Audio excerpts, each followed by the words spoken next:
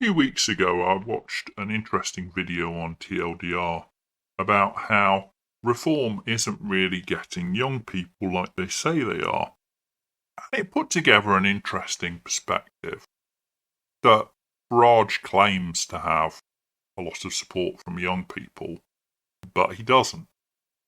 And I'm sure that plenty of people do support Farage in that cohort. I'm sure that plenty of young people watch his TikTok videos. Some of them that watch it may even like those TikTok videos. But at the same time, I am surprised that a lot of young people are concerned about immigration.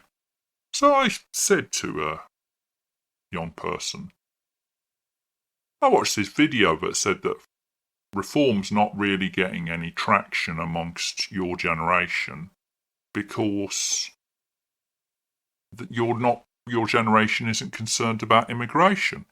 And they turned to me and said, well, our schools work into every subject the strengths and benefits of immigration. We're only told one side of the story. While it's a complicated story, we're told propaganda by the teachers. We're only taught in English, it's a story about how great some immigrant was for the country. In history, it's how one particular group was good for immigration or another group was good for immigration. In drama, there's a dramatisation of how hard-working they are.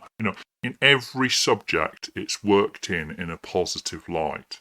Now, there are plenty of benefits of immigration, and I don't believe that immigration has been, by any means, entirely negative. But it's not just that the discussion is distilled down to entirely one flavour. It's a deliberate propagandising. And what they said to me next was, it's like Nazi Germany. You make sure that you drill one version of the truth into people. Get them young. So when I see the supposedly finest of our young minds at Oxford and Cambridge showing a complete disrespect for freedom of speech and thinking that supporting terrorists and suggesting that we should bring death to people who are fighting them, rather than thinking this is a grey area with complexities on both sides and discussing it, I see how effective this propaganda has been. Our youth have been the subject of propaganda.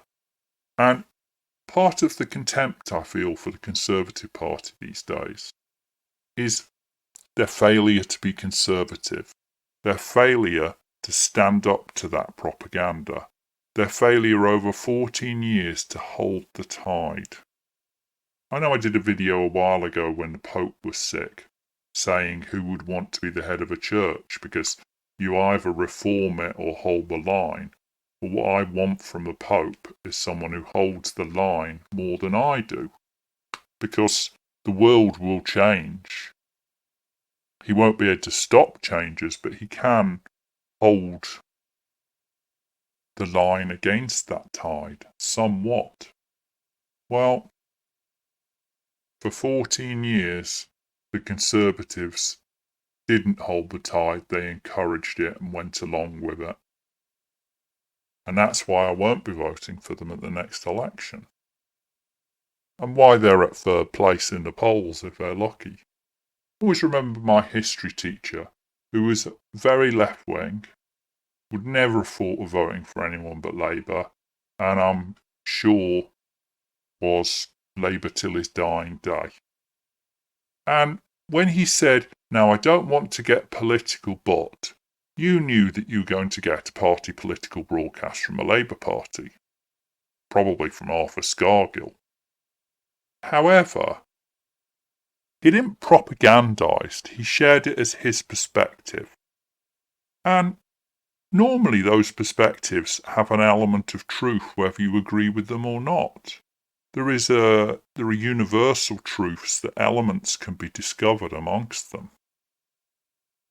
However, we're just telling one side of the story to our children, and we're telling it from every angle, from every conceivable approach, and cramming it in any way that we can. I know someone who's doing A-level English, and I asked to see their syllabus. I'm always interested what's the modern thing in education. And the first thing I saw, apart from pretty mediocre poetry, was there were two methods of analysing literature that were going to be taught. One was feminism and one was Marxism. Well, I get that some people think that Marxism wasn't discredited by the fall of the Soviet Union and by every state that has ever held to be a Marxist state. But those are the same perspective. They're just slightly different lenses on the same left-wing perspective. Because feminism isn't about women. Ask any lesbian who doesn't want men in their changing room. Feminism and Marxism are just different interpretations of the same Marxist tool. And that's the only perspective that's going to be taught to those students. I'm not suggesting that it should be a moderate right perspective, but could we even have a slight try, like a social perspective or classical perspective on literature? We could read something which has got enough merit that it will be read in 200 years. Or we could try to regain the high ground of the past. That education is about having different opinions and synthesizing them to find your truth.